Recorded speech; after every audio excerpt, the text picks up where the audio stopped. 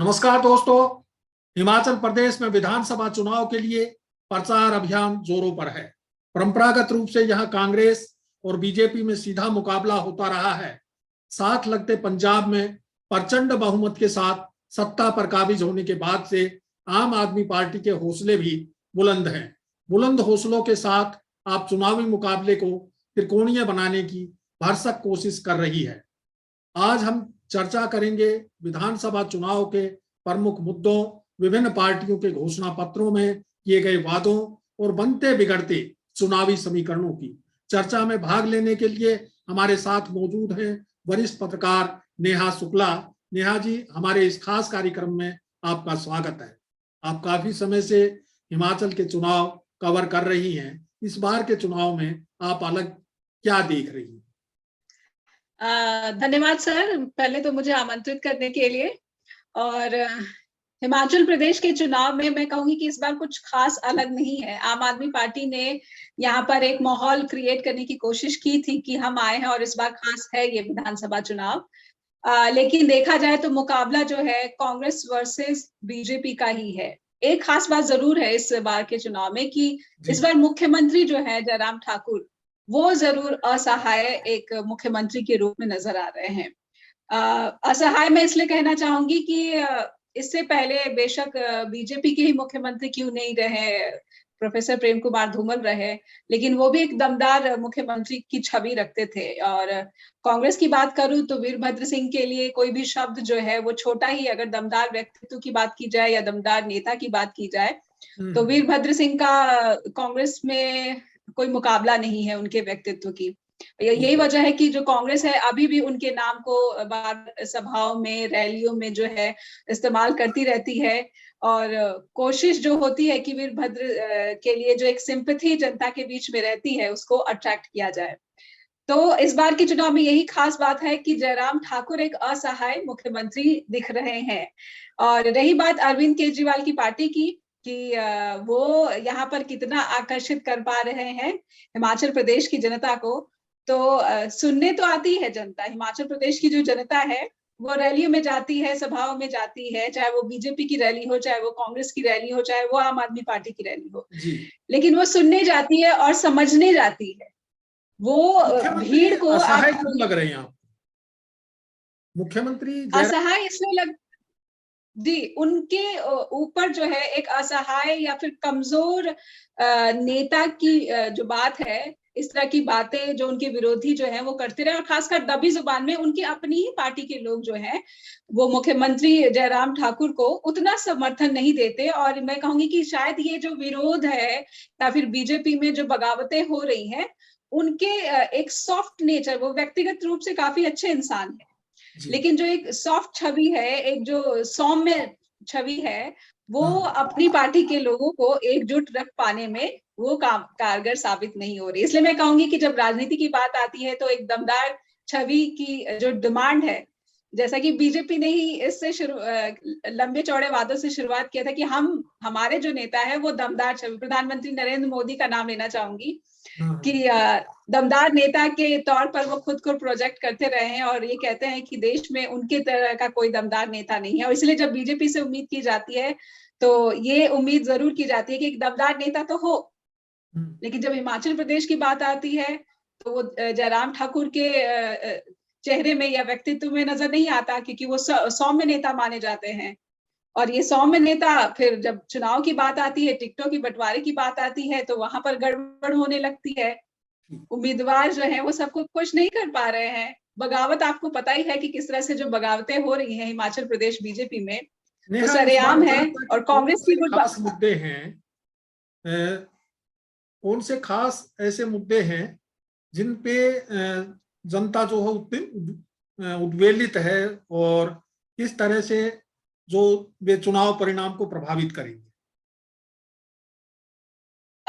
इस बार जो मुद्दे हैं हिमाचल प्रदेश की जनता की बात मैं पहले करना चाहूंगी सर, क्योंकि हिमाचल प्रदेश की जो जनता है वो बेशक यहाँ पर जो हिंदू समाज है उसकी संख्या जो है बहु मेजॉरिटी में है, और यहाँ पे जो मुस्लिम तबका है इसकी उतनी आबादी यहाँ पर नहीं है। इसके बावजूद यहाँ पर हिंदुत्व का कार्ड नहीं चलता है।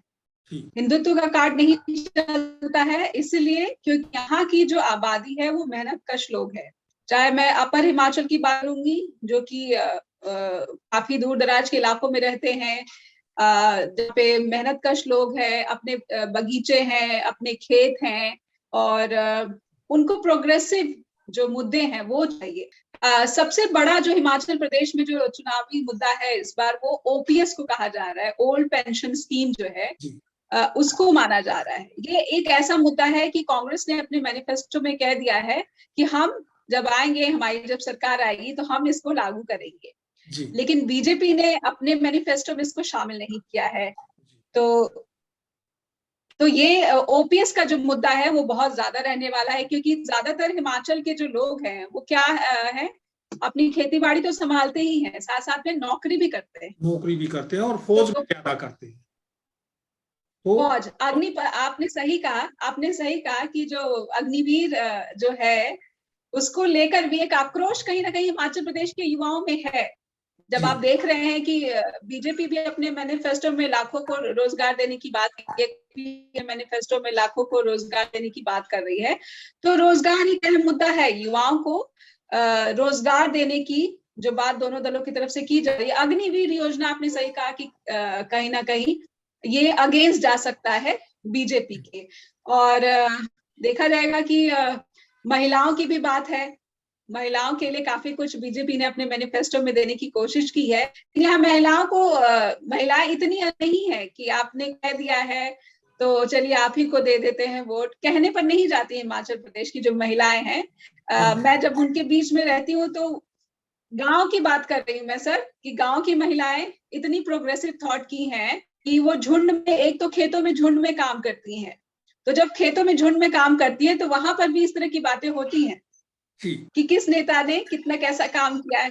जी, तो आप सोच सकते हैं कि प्रोग्रेसिव रही है जो आबादी है, चाहे वो महिला हो, चाहे वो युवा हो, चाहे बुजुर्ग हो, चाहे वो नौकरी पेशा इंसान, हिमाचल प्रदेश की जो आबादी है वो प्रोग्रेसिव रही है। और महंगाई यहाँ पर भी, जी हाँ, महंगाई का मुद्दा जो है वो सभी जगह है, पूरे देश की तरह है, और उससे लोग परेशान हैं। ये तो हुई मुद्दों और समस्याओं की बात। सभी पार्टियों ने अपने अपने घोषणा पत्र जारी कर दिए। आपकी नजर में किस पार्टी के वादे लोगों को ज्यादा आकर्षित कर रहे हैं? अभी जो माहौल है, बीजेपी ने भी अपना मैनिफेस्टो जारी कर दिया है, सभी पार्टियों ने अपना मैनिफेस्टो जारी कर दिया है। अभी जो माहौल दिख रहा है, कांग्रेस की तरफ जो है रुझान इस वक्त मैं कहूंगी कि दिख रहा है, और एंटी इनकम्बेंसी, क्योंकि मैंने आपको पहले ही बोला कि जयराम ठाकुर जो है एक असहाय मुख्यमंत्री नजर आ रहे हैं। स्टार प्रचारक नरेंद्र मोदी पीएम इतनी बार रैली कर चुके हैं, अमित शाह, नड्डा जी का गृह क्षेत्र है, तो यहाँ पर उनकी भी एक साख का सवाल बना हुआ है।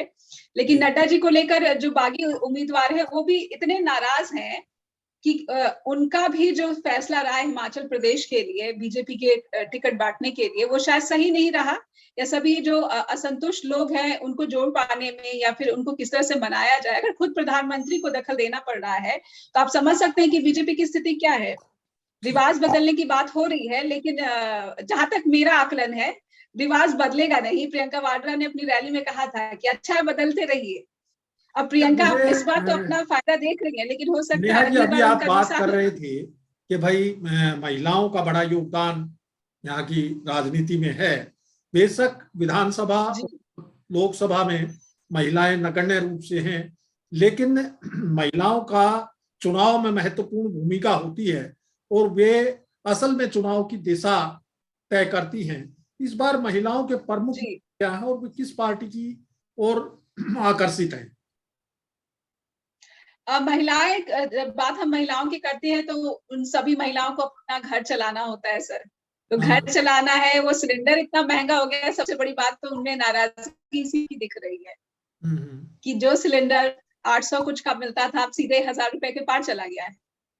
तो सबसे बड़ा मुद्दा महिलाओं के लिए तो महंगाई है ही, महंगाई के साथ साथ, जी बिल्कुल बिल्कुल। तो और ये इन्होंने यहाँ की महिलाएं जो है वो राजनीतिक रूप से जागरूक है, अपने अधिकारों के प्रति भी जागरूक हैं, तो वो किस तरह की डिमांड है? जैसे उत्तराखंड में पिछले दिनों सरकार ने जो है वो महिलाओं के लिए 30% सरकारी नौकरियों में आरक्षण दिया था, जिसे कोर्ट ने जो है अब नकार दिया है।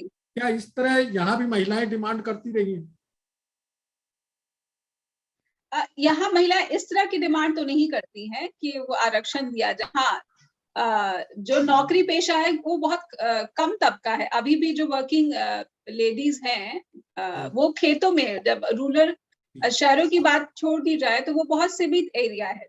वो जो क्षेत्रफल है, जो शहरी आबादी है, जो शहर, वो बहुत सीमित है। ज्यादातर क्या है, गांव है, छोटे कस्बे भी कम है। यहाँ पर गांव का जो वो दायरा है वो ज्यादा है।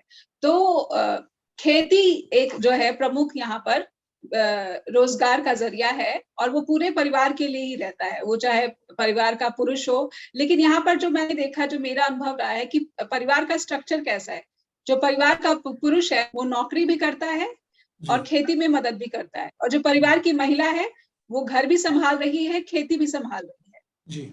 और जो बच्चे हैं वो तो स्कूल खैर जाते ही हैं। तो ऐसी महिलाओं के लिए सबसे जो अहम बात है कि आप जो इतनी महंगाई कर रहे हैं, सब कुछ इतना महंगा हो रहा है, सबसे पहले तो आप कंट्रोल कीजिए कि महंगाई कम हो।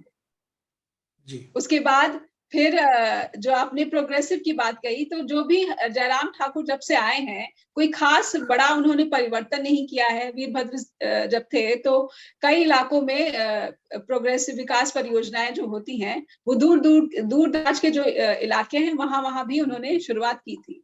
जयराम ठाकुर बड़े बड़े प्रोजेक्ट में उलझे रहे। जी।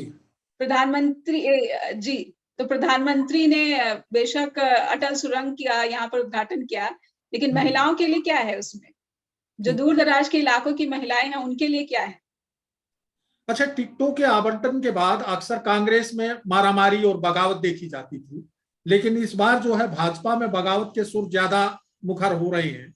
यहां तक कि एक बागी उम्मीदवार कृपाल परमार को चुनाव मैदान से हटाने के लिए प्रधानमंत्री तक को फोन पर मान मनोबल करनी पड़ रही है, जो शायद भारत के चुनावी में अपनी तरह की अकेली घटना है। बागी प्रत्याशी पार्टी उम्मीदवारों के लिए कितनी दिक्कत खड़ी करेंगे, साथ ही आम आदमी पार्टी की भूमिका चुनाव में कैसी रहेगी? अब जहां तक बात है टिकट के बंटवारे और बागी बीजेपी नेताओं की, तो ये उसी समय जाहिर हो गया था जब बाईपोल्स में बीजेपी की करारी हार हुई थी और कांग्रेस ने परचम लहराया था। तो ये समझ में आता है कि जो मुख्यमंत्री हैं जयराम ठाकुर या फिर जो प्रदेश भाजपा के अध्यक्ष हैं, वो लोगों को नहीं इकट्ठा कर पा रहे। कांग्रेस में बेशक गुटबाजी रही है, लेकिन जब कार्यकारिणी दोबारा से यहाँ पर गठित की गई और प्रतिभा सिंह को यहाँ पर अध्यक्ष बनाया गया, तो सब अपने अपने जोन में, ये एक बीच में एक सहमत इस बात पर हुए कि कार्य क्षेत्र जो है मेरा मेरा अलग अलग है, कोई किसी के कार्य क्षेत्र में दखल अंदाजी नहीं करेगा और सब अपने अपने हल्के के लिए जो है काम करते रहेंगे, किसी की कोई दूसरे के हल्के में दखल अंदाजी नहीं होगी। यहाँ पर बीजेपी में ऐसा नहीं है। बीजेपी में जो गुस्साए हुए लोग हैं, उनका गुस्सा दिन बर दिन बढ़ रहा है, और यही वजह है, जैसे आपने बोला कि प्रधानमंत्री नरेंद्र मोदी को खुद फोन करना पड़ा कि आप हमारे उम्मीदवार के समर्थन में आ जाइए। तो इससे बड़ी शर्मनाक स्थिति जो है, एम्बैरेसमेंट क्या होगी जो है बीजेपी के लिए हिमाचल प्रदेश में। प्रधानमंत्री को एक विधायक, एक बागी विधायक, बागी कैंडिडेट को जो है बैठाना पड़े, ये बड़े मतलब मैंने आज तक नहीं सुना था कभी 40-42 साल। ये उनके दमदार नेता की जो छवि है, उसमें एक मैं कहूंगी छोटा सा ही लेकिन ऐसा इंटरेस्टिंग स्पॉट आ गया है कि आप हिमाचल में क्यों, यहाँ पर तो सारे हिंदू ही हैं, ज्यादा बहुल राज्य है। समान नागरिक संहिता का कोई मतलब नहीं है, कोई औचित्य नहीं है, क्योंकि यहाँ जब ज्यादातर हिंदू हैं और मुस्लिम बहुत थोड़ी संख्या में है, उनका कोई इस इलाके में नहीं है। उसके बावजूद जो है ये कार्ड खेलने की कोशिश हो रही है कि हिंदू मुस्लिम जरूर करवाया जाए चुनाव में, जबकि हिमाचल में उस तरह का देखने में नहीं आया है। अच्छा, कहते हैं हिमाचल और इसीलिए के लिए, कहते हैं हिमाचल का मतदाता जिताने के लिए नहीं, हराने के लिए वोट करता है। यही कारण है कि पिछले 3.5 दशक से हर चुनाव में सरकार बदलती रही है। प्रधानमंत्री नरेंद्र मोदी को इस बार दावा करना पड़ा, नारा देना पड़ा कि हिमाचल का मतदाता इस बार सरकार बदलने के लिए नहीं, रिवाज बदलने के लिए वोट करेगा। इस दावे का आपकी नजर में क्या आधार है, और ये केवल एक नारा है? आप इस एक उदाहरण मैं दूंगी कि आप इससे समझ सकते हैं कि ये नारा है या फिर वाकई में उन्हें लगता है कि जनता रिवाज बदलेगी। अनुराग ठाकुर मंच से रोए। अनुराग ठाकुर एक रैली करने आए तो वो आंसू बहा रहे थे, भावुक हो गए कि जो उनके पिता हैं धूमल, वो कितने एक जो है जमीन से जुड़े नेता हैं और उनके कार्यों को गिनाते हुए वो रोने लगे। तो जब राजनीति में नेता मंच पे चढ़ के रोता है तो उसके कई मायने निकाले जाते हैं। उसके मायने निकाले जाते हैं, क्या वो इतना असहाय हो गया है कि उसे अब आंसू का सहारा लेना पड़ रहा है?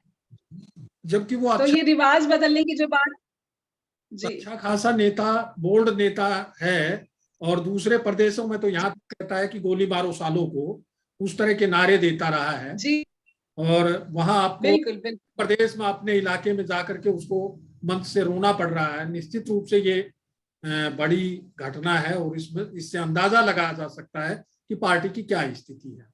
तो नेहा जी, हिमाचल प्रदेश बिल्कुल बिल्कुल अन्य प्रदेशों की अपेक्षा राजनीतिक रूप से ज्यादा सजग भी है, बोल्ड फैसले लेने के लिए जाना जाता है। अब देखना यह है जी बार के चुनाव में वो सरकार बदलने के लिए वोट करेगा या रिवाज बदलने के लिए, इसका पता तो 8 दिसंबर को वोटों की गिनती के बाद ही हो पाएगा। फिलहाल समय हमें आगे बढ़ने की इजाजत नहीं दे रहा है। नेहा जी, आपने अपने रखने के लिए आपका बहुत बहुत धन्यवाद। जल्द फिर हाजिर होंगे नए मसले के साथ। नमस्कार। नमस्कार सर।